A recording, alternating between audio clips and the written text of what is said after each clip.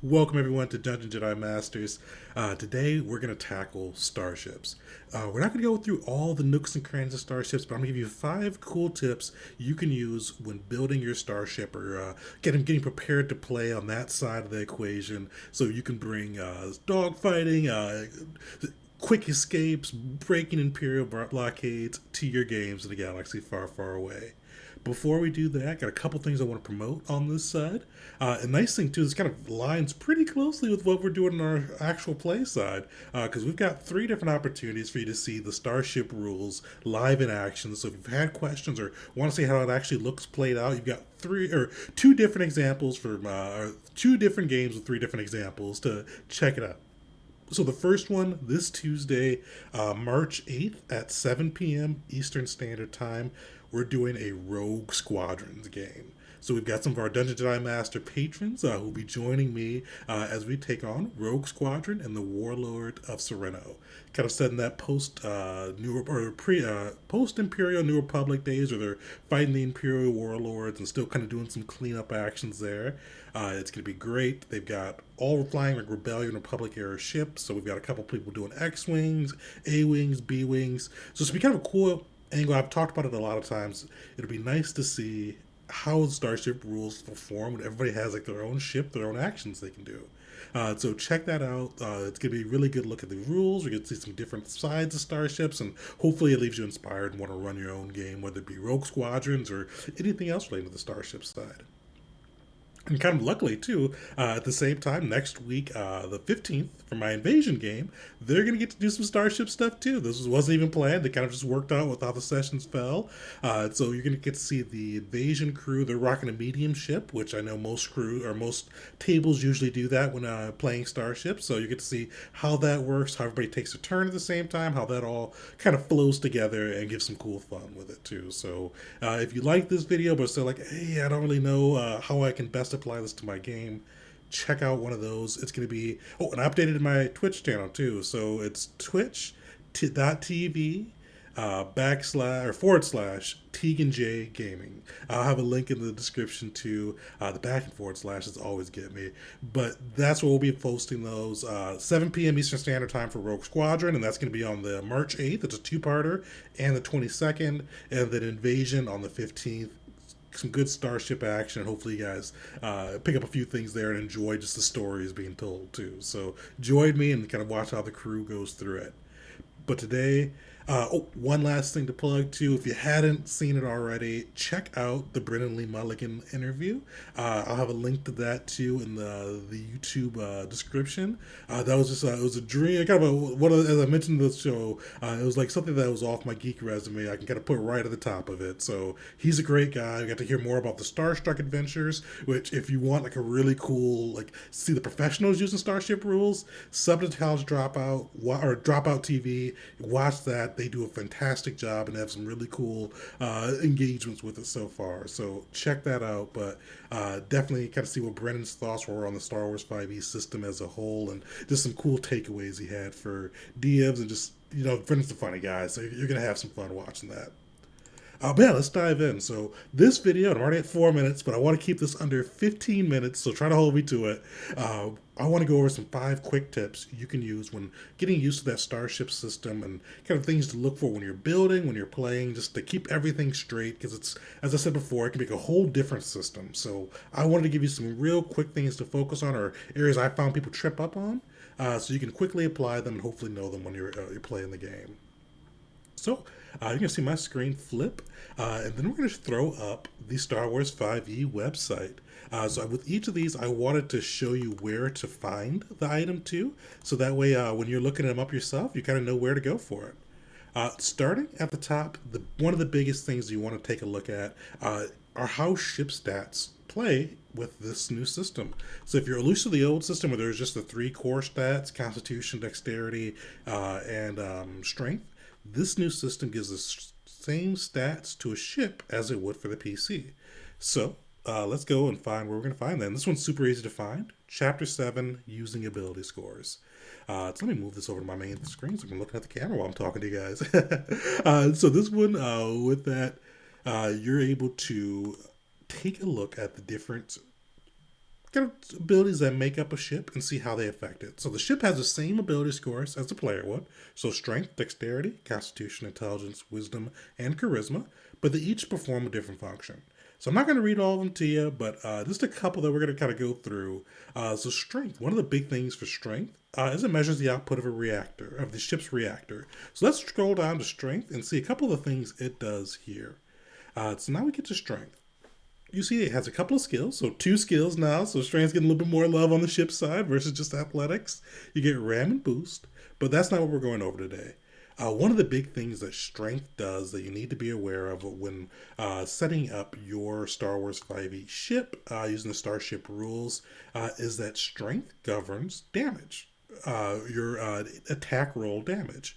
So if you rolled an attack, like let's say you're blasting somebody with your twin laser cannons as you're making your run through the Death Star, you're taking out one of those TIE fighters. If you hit, rather than like rolling dexterity, with it being a ranged attack, you're going to roll strength. And that's true for any attack roll, weapon or anything like that. It's always going to use your strength. So you see, for damage rolls, you add your strength mod to the ship's damage rolls.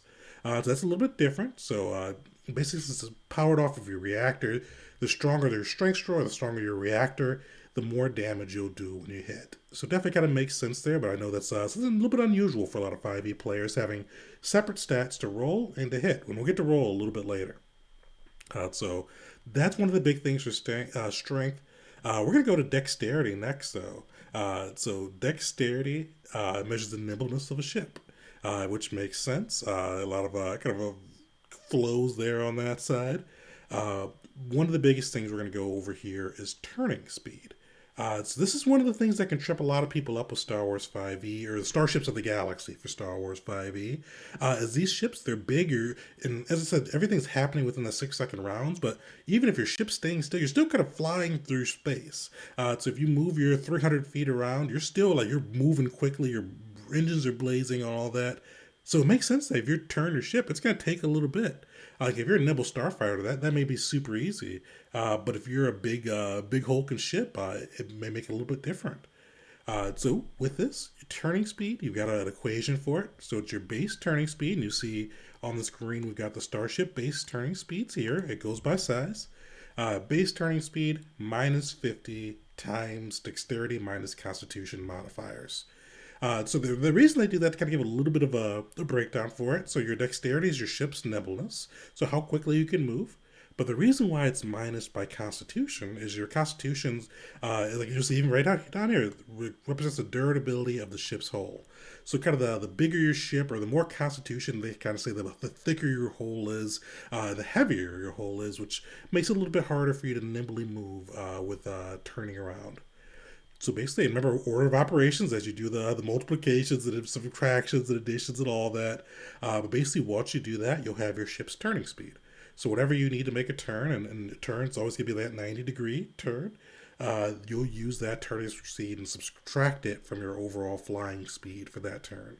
So something to keep in mind there. I know that's something that trips people up. It's a little bit different than regular 5e and how most things go on that side. But makes sense once you get a little bit of practice with it. All right. After that, we're going to go to Constitution. So Constitution has Constitution paired with Strength. So we're going to go back up to Strength. I didn't want to put everything on the Strength side. But Constitution measures the thickness of your hull. With that too, it's going to govern between your Strength and your Constitution, your flying speed. So it said strength is your thickness of your, not the thickness, your strength of your reactors, or power of your reactors, and minusing that by the thickness of your hull. And then timesing it by 50, you're going to get your flying speed. So if you got like a really big ship that's got some big engines, good strength on that side, and it's propelling it forward, but little weak hull, you'll be able to fly real fast. So just kind of something to keep in mind. If you want to make sure your ship is quick and able to dart in and out of Imperial entanglements, make sure to bump up that strength modifier. And it may be a good idea to make yourself a little bit more squishy and take a little bit of a roll on or take a little less on the Constitution modifier. So that's one of the cool things I like with this system is it gives you some good choices and options, and all your stats matter and translate to the ship. So just something to keep in mind as you're going through that. So those were the couple of the big ones. So intelligence measures the ship's processing and also how you do like probes and like deep scans and things like that, or intelligence. The last big one though that I wanted to touch on with this is wisdom, because one of the cool things, or yeah, definitely cool things, but different things with this system is how wisdom relates to your attacks. So wisdoms are your ship's sensors. So for like this is in, you've got the scan ability with this too, which is basically like your perception. So probe is like investigation, which is intelligence. Scan is like perception, where it's kind of your sensors are always pinging things that are around you. So with this, with your sensors being tied to kind of what's going on, kind of keeping a look around you, with this system, your attack rolls are going to be based off how good your sensors are able to lock on to different ships. So when you roll attack, for your attack to hit, you use your ship's wisdom modifier rather than dexterity or strength. So definitely something a little new on that side, but I think it's cool. I think it's fitting. But definitely something as you're building your first ship can be a little bit of a hang up or a little trip up on that side. And the charisma just kind of goes over some of the ship's electronic communications, powers and abilities and things like that. Interferes one that would use your ship skill if you try to interfere with another ship's functions on that side. But we won't go too much into that for this one. So that was all just kind of step one, going over ship stats, and just kind of how they play in and what role they play in the game. So that was the first one. Already at 11 minutes, so we'll see how we can get to that 15. Not looking good so far. The other big thing that I would think has a kind of a little bit new or a little bit different is the hull/shield dice that your ship comes equipped with. So we're going to go to Starships on this one. So Starships, and since most people play with a medium ship, we're going to do a medium ship to go through this. So biggest thing that I've seen people forget about or trip them up, whole dice at tier 0. So you can either, so this is because this is like a level 0 ability, but it applies for every ship.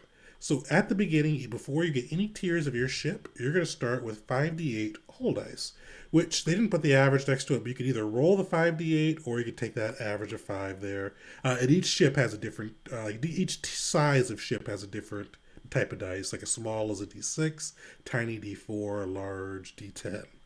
But for medium ship, what most people used, 5d8. And you'll roll that 5d8. Let's say you went average. You would start off with 25 HP before you hit tier 1. Actually, sorry, 25 HD, or you'd start with 20 HD hit die, whole die. But for your first whole die, you add 8 plus your Constitution modifier. So similar to what you do for like your level 1. So you'd start with 20 on that side plus 8, so 28. Let's say your whole dice or your Constitution modifier is 2. So that puts you at 30 whole dice to start off your ship. And then after that, you kind of gain levels or gain whole dice like you normally would as you level up. So that's a little bit different. I know that 5d8 to start with, and then this section even tripped me up as I was speaking for the whole points for first whole dice. And remember, that's not first level, it's first whole dice. So you'd roll 48 and then add 8 plus your Constitution modifier to get that 8 whole dice. Now, shields are kind of the same way, except shields are, so the 5d8, but your first one is 8 plus your ship's strength modifier, because your strength of your reactors wouldn't necessarily make it the strength of your shields too. So cool thing on that side. So just something to make sure you're paying attention to. Otherwise, it's the same thing, but you got your shields, then you got your whole dice. And remember, shields are going to take any damage before your whole dice does, unless the attack specifically targets whole dice. And now you see I'm going to the armor and shield section, because there's a couple cool things with shields that are going to be right in this section that you'll need to take note of. One of the things, we've already went through the base shield points. We've went through shield capacity. But one of the cool things is your shield will regenerate a certain amount each round based off what type of shield you have. So if you have, let's say you've got the base shields, which are directional shields, kind of most common on the market, they said, you'd regenerate 8, or kind of whatever your whole dice is, or shield dice is. So like if you had a medium ship, you'd get 8 shield points back at the start of your turn automatically as long as you have shields. Now, one thing, I actually even just mentioned this in the Master Council. This is only in equipment, but it should be in a couple other places too, and hopefully we'll get that added in there. But if your shields are depleted, if they reach zero, they can no longer be regenerated until your ship is refitted, which can only be done at a docking station. So big thing, making sure your shield doesn't go down, because once it's down till you get to go to some safe harbor and get some repairs. So that's a big thing. So there's certain abilities like Boost Shield, certain reactions that can keep you back up at one shield point. Those are crucial to do because once you get down to zero shields, your hull's taking that damage, and that can get dicey real quick. And speaking of the hull damage, if you go to Chapter 9, Combat, which I'm hoping they'll add the shield piece to this Chapter 9 too. Whoops. And then you'll see damage and repairs. Basically, when your ship takes damage, the damage to the hull is permanent and to repairs. Some small repairs can happen in space, but usually you're going to need to go and get some maintenance or refitting done at a dock if you take significant damage. So just things to make a kind of note of. It's not like something a long rest will fix everything up.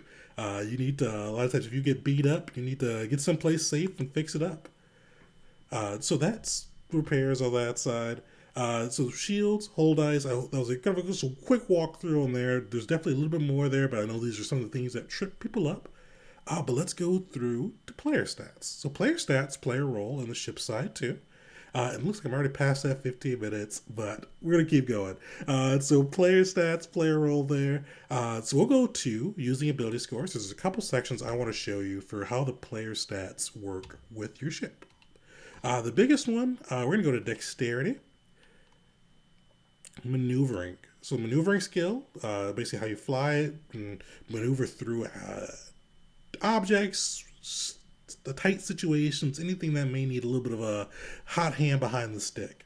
But the cool thing with this, though, is because, piloting is a proficiency for players, for the PCs on the ground. If you're considered proficient in piloting, your ship is automatically equipped with the maneuvering skill. Same thing if you're expert in piloting, your ship is automatically an expert in the piloting or maneuvering skill. So that's kind of a cool way that the player stats affect the ship stats. Because a lot of times with the ships, you're going to be, or most of the Starship combat, you're going to be using your ship stats versus your actual PC stats. Now, one rule that hasn't made it into the website, but they are going to be putting it in there, and something that's encouraged to be used now, even though it's not uploaded, is you can use, if you're something that would fit, like let's say, because piloting wouldn't be a good one, but let's say like your perception's better than the ship scan is. You can use your perception in place of that ship scan, but at a disadvantage. So basically it allows you to use PC stats instead of the ship stats, but they'll always be at disadvantage. So just something cool on that side to help. Like let's say you're a really good, your pilot you're rolling on, you're really good at stealth, but your ship isn't equipped for stealth. You can use some of your own skills for hiding and translate that into how to hide your ship in the maybe an asteroid field. Maybe you're running for some Imperials and ducked into an asteroid field. Maybe you can use your own stealth stat at disadvantage to hide your ship in there if you're more confident that your modifiers, your abilities will beat out the ship stats. So cool rule there. It helps kind of bring some of your PC stuff back into the mainframe. The only other thing I would mention is regards to player stats. Ventures. So each deployment tier that you get a venture that you can take. The ventures are going to allow you to gain additional reactions, bonus actions, and actions you can do, but also allow you to gain more skills or different ways to utilize ship skills. And this is a great way, too, to bring, a lot of these ventures will tie into player classes. So this is a cool way to bring in player features by using the ventures to expand on that. So what's a good one? So like if you are a space caster, like still not space caster, if you are a force user, a tech caster, but you want to use your casting in space, you can take the space caster venture. We'll scroll down there, and sorry for seeing all the scrolls as we go through. That'll allow you to use your casting while on the ship. The nice thing too, because usually you're like, oh, but these powers are so short range. If you take this venture, it's going to multiply the range by 2, and there are more space casting ones you can take to continually enhance that. So you can, if you want to get your force lightning on and cause a little force storm like Palpatine, get some space casting. You can bring down a whole fleet eventually. All right, so moving on from player stats, we're going to go into power dice. This is another one that I know trips people up. And it's another one I've also mentioned. I haven't given suggestions on where we can put different things on this side, but I feel like it should be like in deployments or starships or somewhere else too, just to make it easier to find that information. But if you go to equipment and then scroll down to ship power and power dice, you'll be able to find it on the website. So each starship tier, you get a different type of power dice. So if you're starting at ship tier 0, you just get a +1 to whatever you're doing. But if you're starting, most people are going to start at ship tier 1 or 2, which will give you a D4 or a D6. So power dice, we're gonna have to. So to do power dice, we have to talk about a couple of different things. The biggest thing is that it kind of goes off of your reactor and your power coupling. How often to determine how many you have to start, where they're located, and how often they come back. So we're going to just scroll down to the table just to make life easier. So power dice reacts to fuel a little bit too, which makes sense because the more you're chugging through power, the more fuel you're going to use. So if you make use of these rules, the power dice, I recommend tracking fuel, especially if somebody takes that power core reactor, because you're going to, they're going to get a little bit of a bonus, and you want to make sure that that bonus has a little bit of a price tag to it too. But, so fuel cost, you'll see you can get the fuel reactor, which is just the base one, so this is a standard one. And if you don't want to track fuel, I recommend going with just giving your players a fuel reactor, not giving them the choice for different reactors. And what that'll do is at the start of your turn, you gain 1 power dice back. And with ships too, and this is one of the rules in here, I think it's optional still, but we encourage you for ships, if you're having everybody all in one ship, to do ship combat with everybody taking their turn on the ship's turn. So if you've got 4 people on there, gunner, pilot, technician, and operator, have them, all 4 of them go when the ship goes. So that way when the ship's turn comes up, they'll get that 1 power dice back, and they can apply it to where they'd like. Nice thing with these power dice too is, well, actually let's go to the storage before we go into power dice too. So storage, you've got a couple different storage options, and this is something that's a little bit tricky. You've got the central storage option, so it gives you 4 that can go anywhere into the ship that you'd like. You've also got the system storage option, which is going to allow you to, so like if you use the distributed power coupling, which would give you 2 to each system. But they can't be moved from system to system. So they're just 2 there, and they're stuck at the system, regardless if they're being used or not. Or you can do a little mix of both with a hub and spoke, where you get 2 that are central and 1 for each system. I usually recommend doing the direct power coupling. Everybody use what fits best for your ship, but direct power coupling gives everybody in the ship the option to kind of use what they'd like for their options. But with that too, so every deployment has different options for spinning power dice. Like for the gunner, for instance, if they wanted to use a maneuver, they'd spin a power dice to get a little extra feature, a little extra damage on their attack.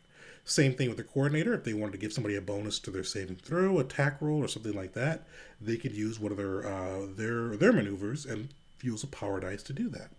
And each of the different stations has their power dice located in a different field. Like for the gunner, let's go to deployment so I can actually show you where some of these are located. Let's go to the gunner first.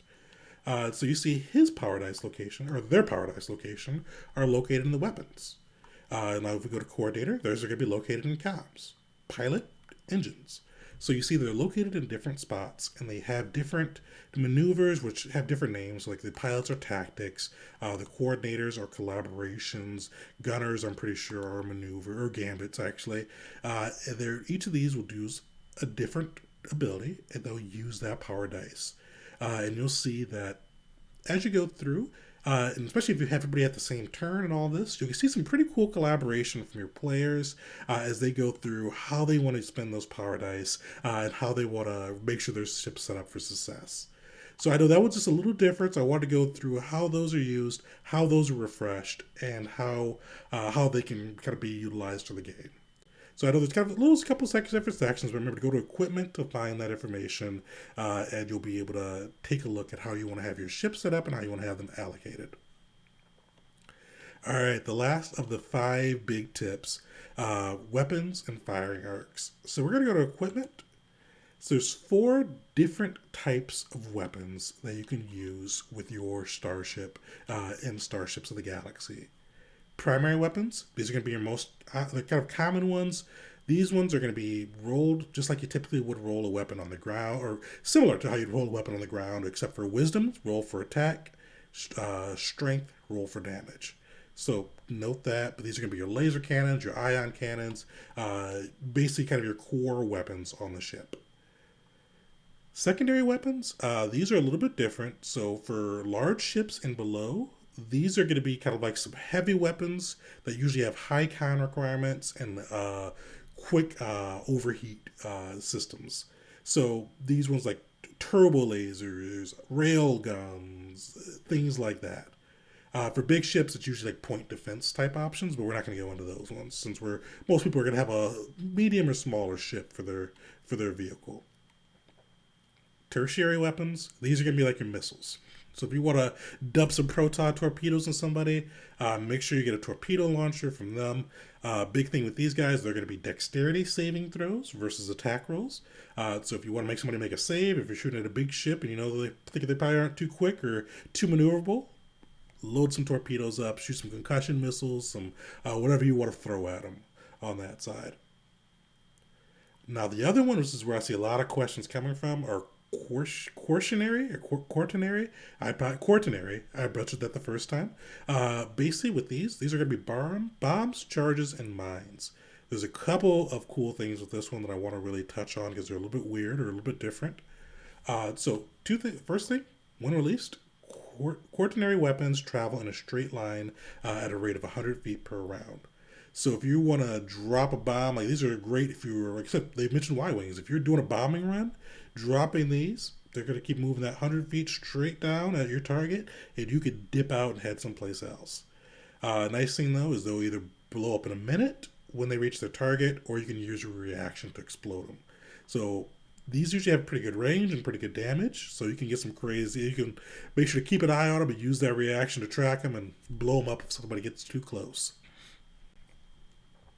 Also, so this one's a cool one. I didn't even realize this while I was preparing this video. You can launch multiple loaded ammunition at the same time with one attack action. So if you're hitting somebody that isn't going to be moving or is close up with that 100 feet, you could drop it and it just drop bombs, proton bombs, and proton bombs, and proton bombs on them. Now, couple things on this side. We're going to go to ammunition just because I want you to be aware of it before you think you can cheese this too much. Where are the bombs at? Let's do the proton bomb. So each ship within 100 feet for a medium or large ship and below must make that dexterity saving throw. So don't think you can just like fly over something and just cheese it and have it go off that same turn. If you drop something, you want to make sure you can get out of dodge, because if you're within 100 feet, you're going to take in that same 40-10 damage, and especially if you drop multiple bombs, that can get sketchy quick. But if you're hitting a ground target or somebody that you know can't move, drop them and dip out and jump to hyperspace if you can. So those are just a look at the weapons, and I'll scroll up to you so you can see kind of the different options you've got for each of these. And most people are going to be from the tiny to the large category, but each of these are broken out by the different options you can go through and select for your ship or for even your enemy ship if you're a DM building them out. So those are the 5 big tips. I'll have those 5 tips listed in the description too, but basically they relate to your ship stats, how they affect shield and hull die, how to get them set up, player stats, how they can interact with the ships, power and fuel dice, and then weapons. Oh, one piece too, firing arc. I forgot to go over this. So weapons and firing arc. So each time, if you have a fixed hard point on your ship, they're going to have a firing arc. So whether that's pointed in front of them, behind them, to the port or starboard side, I probably mixed up which is port and starboard, forgive me. But they'll have a 90-degree firing arc that they can hit. So like most starfighters, they're going to have that fire arc right in front of them. They'll be able to hit anything within a 90-degree field in front of them, so kind of span out like that. So that's most things that they should be able to hit if they're looking right at it. But if somebody's coming up on their six and kind of starting to bear down on them, they're not going to be able to hit them without having to turn and flip and get a bead on them too. So that's something that can be a little confusing on that side too. If you ever do want to eliminate that, you can. So for starfighters, it doesn't make too much sense, but for medium class ships, which most players play, if you wanted to give them the turret modification, let's go to that turret modification just so you can kind of see how that is. So if you go to modifications, let me get back to that screen. We're going to scroll down to the bottom, put in turret. And basically, for a turret hardpoint, you need it to be a fixed hardpoint before, and you see that prerequisite there. But it gives you from that 90-degree arc to 360, so you can hit anything. So I recommend that for a lot of medium ships. It makes the way to play a little bit faster, so people can kind of go through and find them. But if you're playing a Starship, I wouldn't recommend giving that because it doesn't make as much sense. And also for Starships, that's part of the game. You got to make sure you're quick, maneuverable, and keeping yourself within the right target. But that was a walkthrough of the my five quick tips or quick kind of hints on how to get Starships set up. 31 minutes. Completely biffed the 15 minutes, but I hope you guys found it useful. If you do have any additional Starship questions, throw them in the comments below. I'll try to answer as best of my ability on that side. But if you like the video, to drop a like, and then come to check us out with Rogue Squadron and then Invasion as we put the Starship rules in action. This could be on Twitch Gaming with Tegan Gaming on Twitch. So Google it. There'll be a link in the link below, or the description below, to come check it out and kind of see how the Starships play when the game's on the line. But overall, thank you guys for hanging out with me for a bit, and may the Force be with you.